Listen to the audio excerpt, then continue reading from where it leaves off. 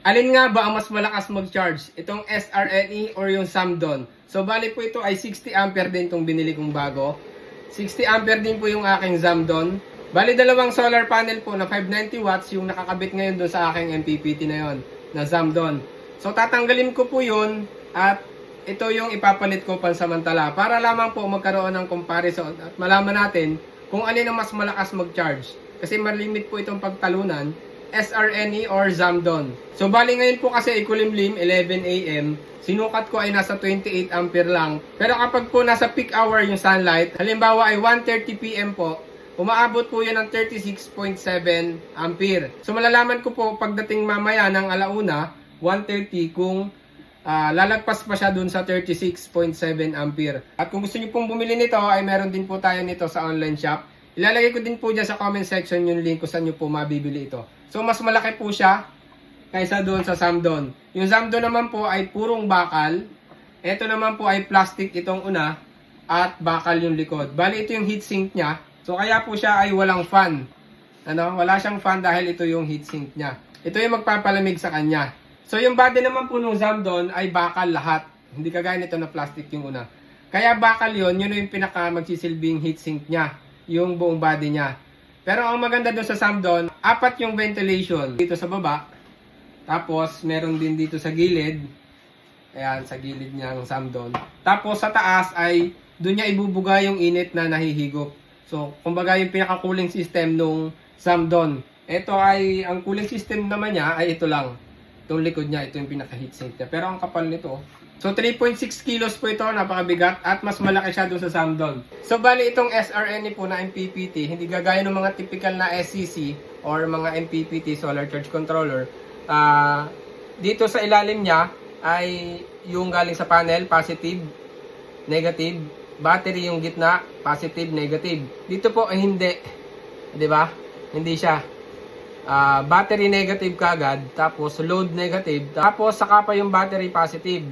Tapos, yung load positive. Ayan.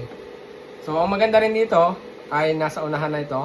Tapos, naka-indicate na pwede siya sa 48 volts. Yung kasi ay walang nakalagay. Pero sa manual ay pwede naman yung sa 48 volts.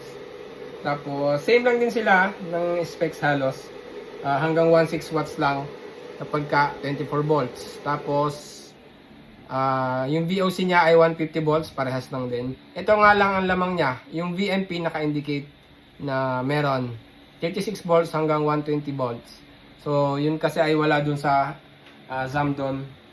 Pero halos parehas lang din, hanggang dalawang panel.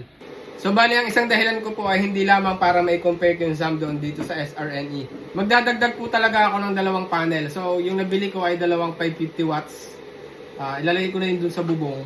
Bali sa pagdadagdag ko po ng dalawang panel, tapos, syempre, kailangan ito. Ang nagastos ko, kasama ito, ay 20,990.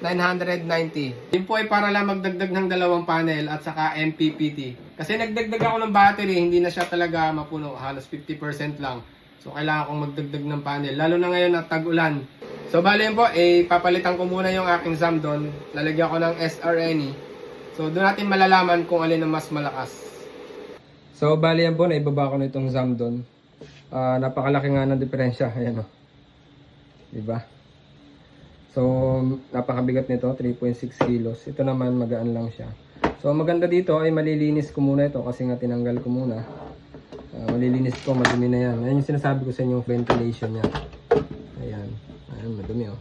Tapos ito yung hihigop. Ayan, ang dumi oh. May fan siya, palabas ng hangin. Kasi nga ay bakal siya. Yun na yung heatsink niya ito. Itong buong casing niya. Unlike dito, ito ay plastic. Tapos yung likod naman niya ang bakal. Yun yung heatsink niya. So wala siyang fan.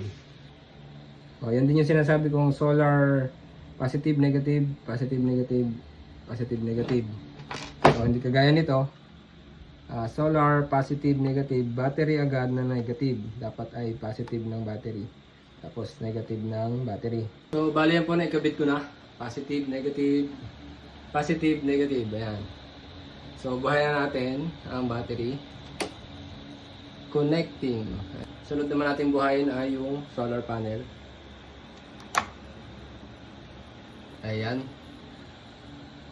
So yun, nag-blink na yung araw.